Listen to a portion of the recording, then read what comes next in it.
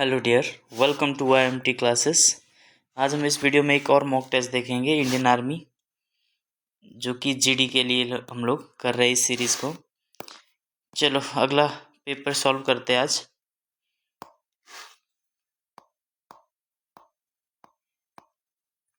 देखो आज paper number हम लोग करेंगे अग्निवीर आर्मी जीडी।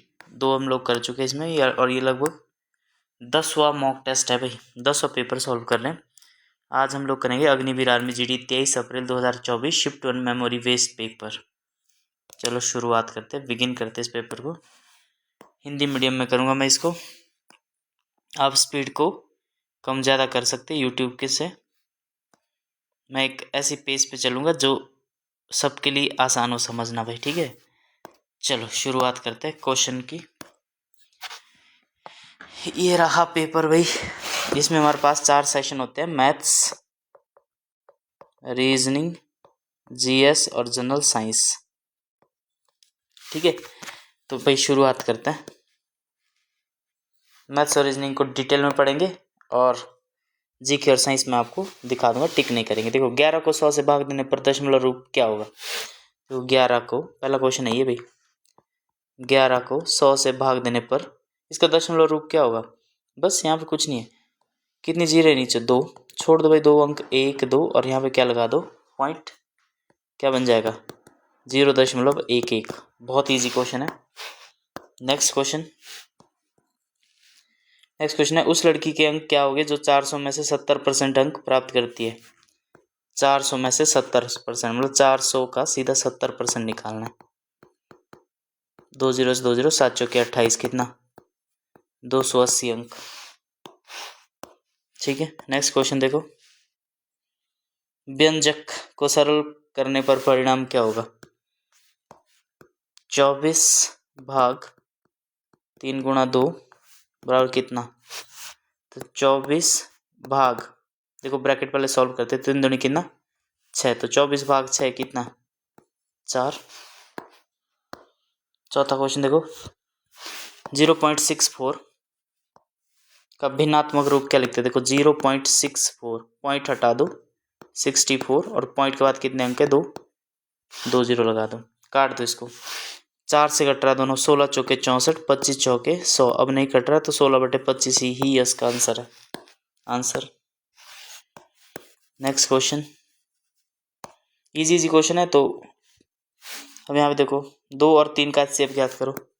2 और 3 का एचसीएफ क्या है। देखो इन दोनों में कुछ भी कॉमन नहीं है, तो जिनके बीच कोई भी कॉमन नहीं होता उनका एचसीएफ होता है 1। बहुत इजी क्वेश्चन है, इसलिए मैं फटाफट कर रहा हूँ इसको। 100 और 200 का औसत क्या है।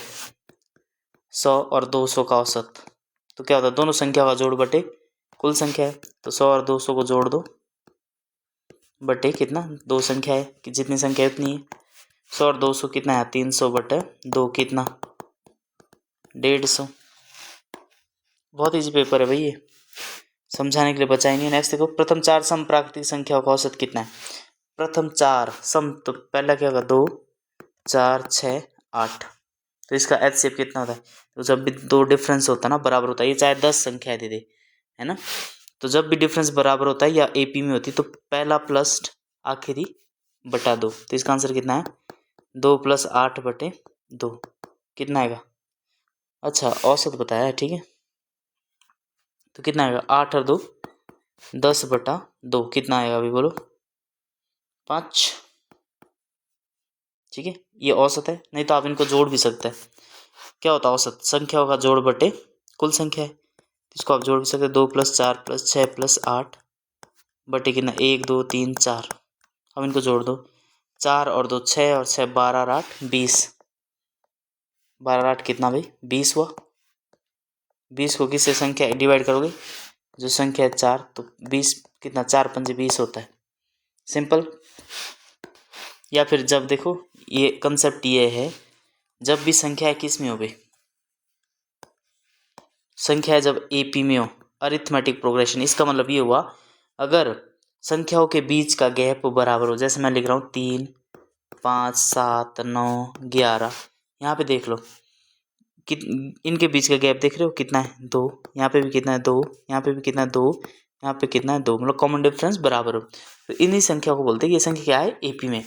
जब भी संख्या एपी में होती है तो उनका औसत कैसे निकलता है, औसत हमेशा उसका निकलता है फर्स्ट प्लस लास्ट बटे 2। तो इसका औसत कितना आएगा 3 + 11 कितना होगा 14 बटे 2। इनका औसत कितना हो जाएगा 7। सिंपल, माध्य भी बोलते इसको। और देखो यदि मूलधन राशि 200 रुपये है, ब्याज दर 8% और समय अवधि 2 वर्ष है, तो साधारण ब्याज ज्ञात करो।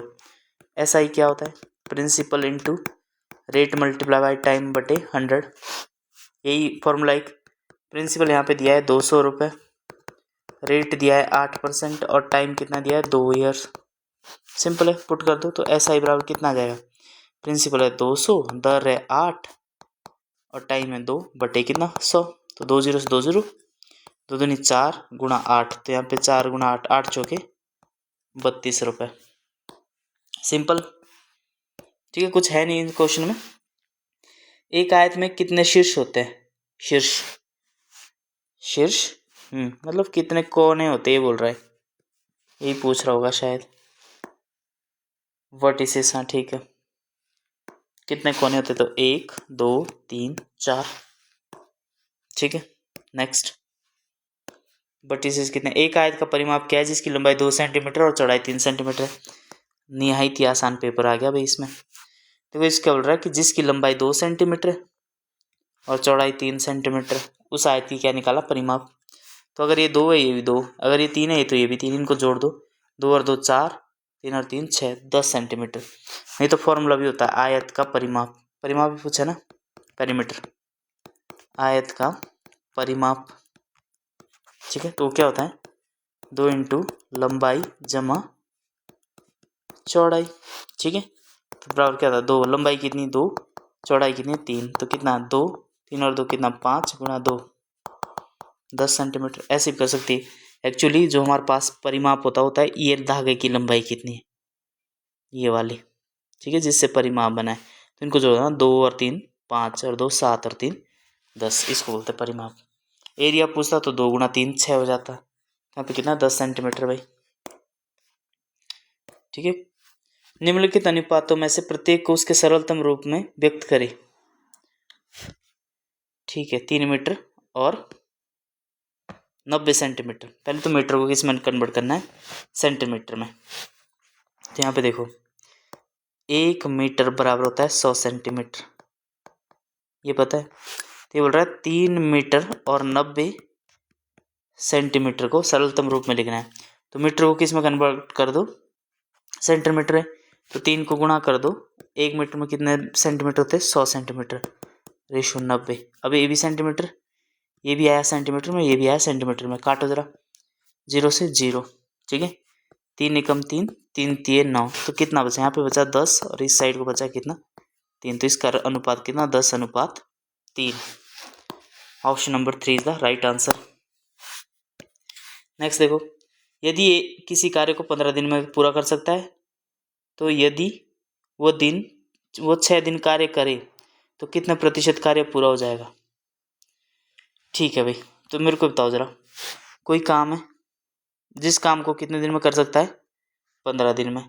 ठीक है, तो यदि वो 6 दिन तक कार्य करे तो कितने प्रतिशत कार्य कर सकता है, 15/6 गुणा कितना 100। ठीक है, 15 दिन का काम करना है लेकिन किया कितना 6 दिन तक, तो कितना हो गया 6/15/100। तो निकाल दो कितना, 3 से कट रहा है, 3 दूनी 6, 5 3 15, 5 से काटो 5 एकम 5, 20 पंजे 100, तो 20 दूनी सिर्फ 40% वर्क कर पाएगा। बस इतना ही है। नेक्स्ट क्वेश्चन, 100 के वर्ग में कितने शून्य होते हैं, 100 के वर्ग में कितने शून्य होते हैं, तो 100 गुणा 100, स्क्वायर का मतलब होता है 100 गुणा 100। तो बताओ जो कितनी 0, 1 2 3 4, तो इसमें ऐसे गुणा हो गया ना, 1 एकम 1, तो इसमें कितनी 0 होती है 4 0। ठीक है, सिंपल से क्वेश्चन है। यदि 10 व्यक्ति किसी कार्य को 20 दिन में पूरा करते हैं तो 5 व्यक्ति उसी कार्य को कितना दिन में पूरा करेंगे। वही फॉर्मूला m1 इंटू d1 बराबर है m2 इंटू d2। तो m1 कितना 10, d1 कितना 20 दिन, बराबर कितना m2 कितना 5 व्यक्ति और d2 निकालना है। 5 एकम 5, 5 चौके 20, तो D2 की वैल्यू कितनी आएगी? 10 चौके 40। ठीक है, निहायत ही आसान क्वेश्चन है। अब यहाँ पे देखो वो संख्या क्या है जिसमें से 8 घटाने पर 26 प्राप्त होता है। देखो वो संख्या है x। ठीक है, यदि इसमें से 8 घटा दूँ, इसमें से 8 घटा दूँ तो संख्या कितनी प्राप्त हो जाती है? 26। तो क्या आएगा? x की वैल्यू निकाल दो 26, ये माइनस का परले साइड को क्या हो जाएगा? प्लस का। तो x की वैल्यू कितनी आ जाएगी बोलो? 26 और 8 ये हो जाएगा 34। ठीक है, बस मैथ्स कितने 10 मिनट में ख़त्म हो गया। अब आया रीजनिंग। रीजनिंग में देखो क्या रहा है, यदि कोई व्यक्ति 40 व्यक्तियों की पंक्ति में बाईं ओर से 21वें स्थान पर है तो दाईं ओर से कौन से स्थान पर है? तो मैंने आपको बार बार एक फॉर्मूला लिखवाया, यही आने वाला है। तो देखो जरा क्या होता है, कुल क्या निकलता हमारे पास? एक ही फॉर्मूला रखना, कुल होता है हमारे पास बराबर है बाएं प्लस दाएं माइनस 1। ठीक है, अगर बाएं से पूछे तो क्या निकलेगा? कुल माइनस दाएं प्लस 1। अगर ये दाएं से पूछे तो क्या होता है? कुल माइनस जो दिया बाएं प्लस 1। यही तो 3 फॉर्मूले रैंकिंग में, यही 3 फॉर्मूले आते हैं बस आपके पेपर में। ऐसे तो बहुत सारे टाइप होते हैं, आपके पेपर में यही टाइप आता है। तो बस लगाओ फटाफट, क्या पूछ रहा है? यदि कोई व्यक्ति 40 व्यक्तियों की पंक्ति में है तो कुल कितने हमारे पास दिए हैं? यहाँ पे कुल दिए 40। अगर हम लोग एक रो बनाते हैं तो इसमें 40 व्यक्ति बैठे हैं। अब बोल रहा है पंक्ति में व्यक्ति में बाईं ओर से 21वें स्थान पर है। यहाँ से कौन से स्थान पर है? 21वें स्थान पर है। तो दाईं ओर से कौन से पोजीशन में? यही व्यक्ति दाईं ओर से कौन से पोजीशन है? तो दाएं वाला फॉर्म लगाओ, दाएं बराबर है कुल कितना है? 40 माइनस बाएं से कितना है? 21 प्लस कितना? 1। बस लगा दो 40 और एक कितना हुआ? 41 माइनस कितना? 21। तो 41 में से 21 का कितना? 20वां पोजीशन है उसका भाई। ठीक है, नेक्स्ट क्वेश्चन। दिए गए निर्देश में शब्दों का मतलब ये लिखना है हमारे पास अल्फाबेटिकल ऑर्डर में। क्या क्या दिया है? टुगेदर, टेम्पल, स्पेलिंग सही लिखना भाई, टेम्पर, फिर टेक्निक।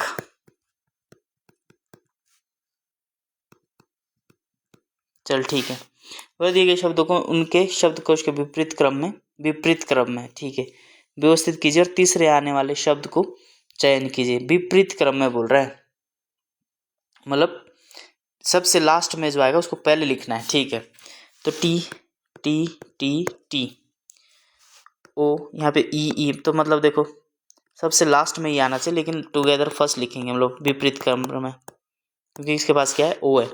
अब ई के बाद सबके पास यहाँ पे देखो T E M T E C, यहाँ पे ये टुगेदर तो लिख दिया, पहले पोजीशन पे ये आने वाला है हमारे से तीसरे पोजीशन में। तो टी ई सी ये आएगा दूसरे पोजीशन में, टी ई सी आएगा दूसरे पोजीशन में शुरू से, लेकिन ये पहुंच जाएगा शुरू से आना चाहिए ना ये। तो ये फर्स्ट में ये लिख रहा क्योंकि उल्टे क्रम में, पहले मैं ये लिख लेता हूँ, नहीं आप कंफ्यूज जाओगे, पहले मैं उल्टे में लिख देता हूँ।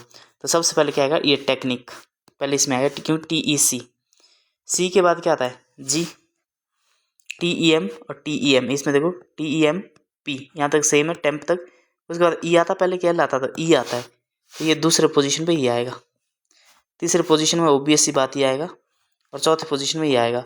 तो उल्टे में पहले पोजीशन में ये आएगा, दूसरे पे ये आएगा, तीसरे पे ये आ जाएगा, तो टेम्पर होगा हमारे पास तीसरी पोजीशन पे, अगर उल्टी साइड में लिखे तो टेम्पर, ये वाला।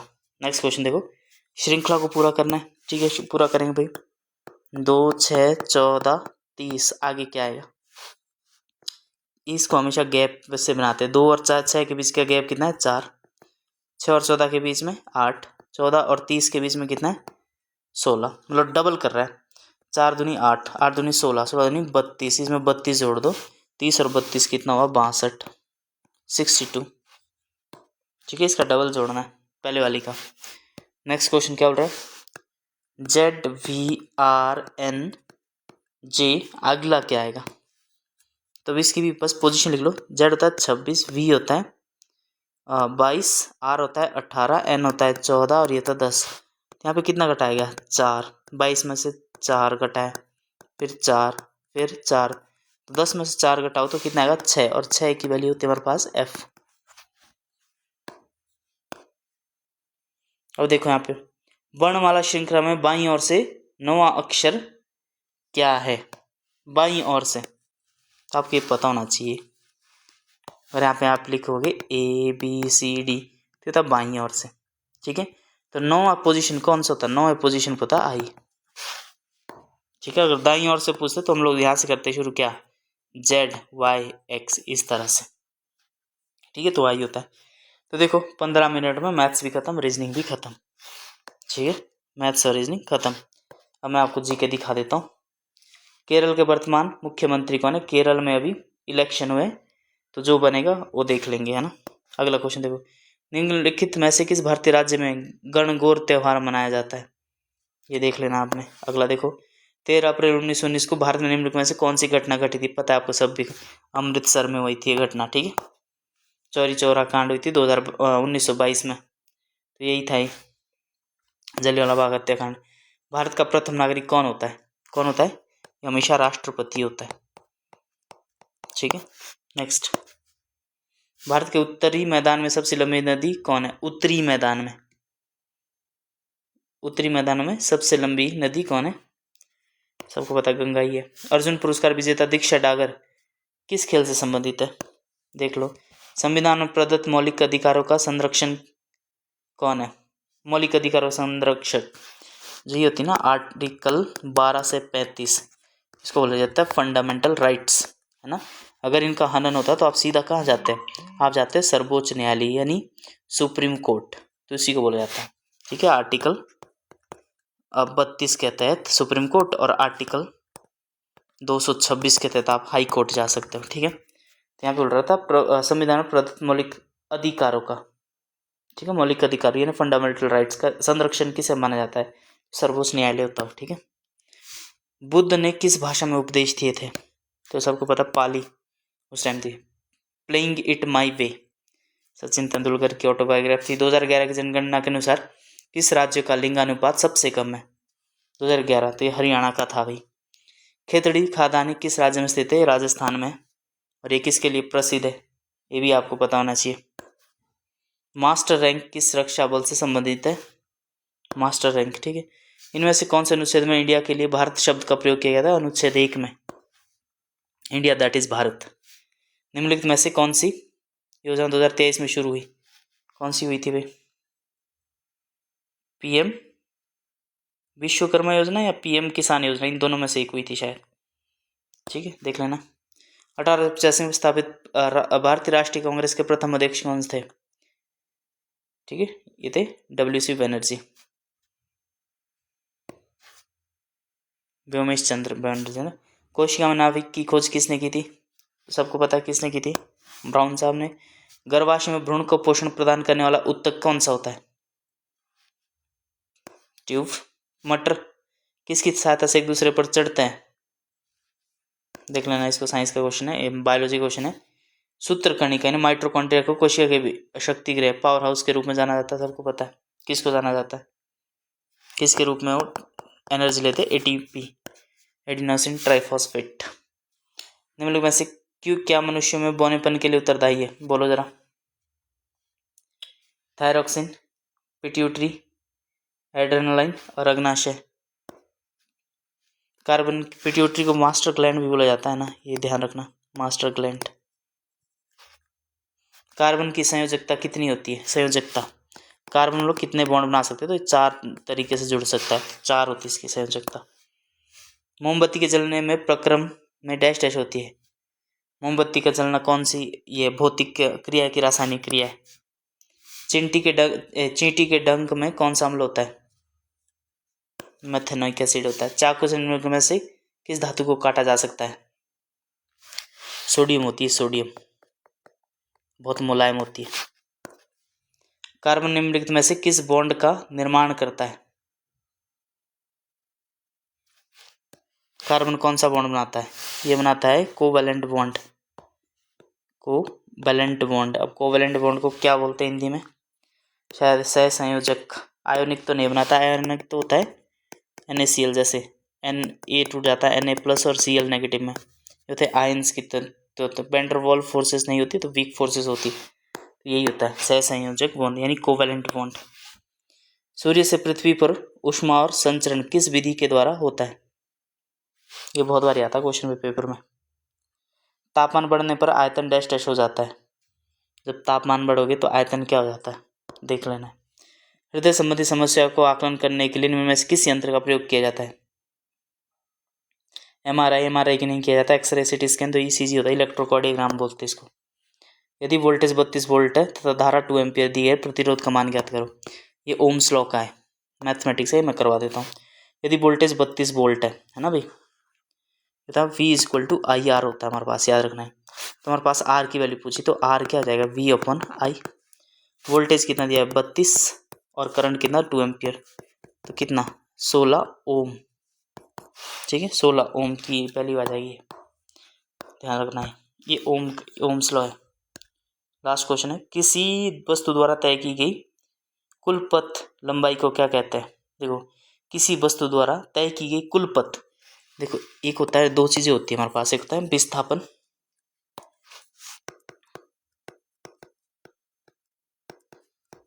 जिसको बोलते हैं डिस्प्लेसमेंट, है ना। एक होता है हमारे पास दूरी, इन दोनों में यानी डिस्टेंस। तो इनमें अंतर समझो जरा, डिस्प्लेसमेंट और डिस्टेंस क्या होता है। सपोज दैट मैं यहाँ से चला, ऐसे चला, फाइनली मैंने A से चला और फाइनली मैं कहाँ पहुँच गया, B पे। तो जो actually distance travelled by object होता है ना, ये इसको बोलते हैं दूरी। क्या बोलते हैं, दूरी। और जो फाइनल, ये थी इनिशियल पोजीशन और ये थी फाइनल पोजीशन। ये जो सीधा यहाँ से initial position plus final position में से हम जब इनिशियल पोजीशन निकालते हैं तो इसको बोलते हैं विस्थापन या डिस्प्लेसमेंट। समझ आए? तो शॉर्टेस्ट डिस्टेंस क्या बोलता है, डिस्प्लेसमेंट। और एक्चुअल डिस्टेंस जो ट्रेवल की गई है वस्तु के द्वारा उसको बोलते हैं दूरी। ठीक है, यहाँ से यहाँ चला सीधा इनिशियल पोजीशन और फाइनल पोजीशन को बोलते हैं डिस्प्लेसमेंट, और ये होती है हमारे पास दूरी। तो यह भी क्या बोल रहा है, किसी वस्तु द्वारा तय की गई कुल पथ लंबाई को क्या कहते हैं, तो दूरी होती है। ठीक है, तो ये था भाई पेपर। आज बहुत ही सिंपल था, इसलिए 22-23 मिनट में पेपर खत्म हो गया। ठीक है, चलो मिलेंगे नेक्स्ट वीडियो में, तब तक आप अपना ध्यान रखो और पढ़ते रहो, पेपर बहुत नियर बाय है। ठीक है, तो कितना किया था भाई हमने किए थे सिर्फ 20 क्वेश्चन रीजनिंग के और मैथ्स और रीजनिंग के। तो मैथ्स में 30 में से 30 और रीजनिंग में 10 में से 10। ठीक है, मिलेंगे नेक्स्ट वीडियो में फिर।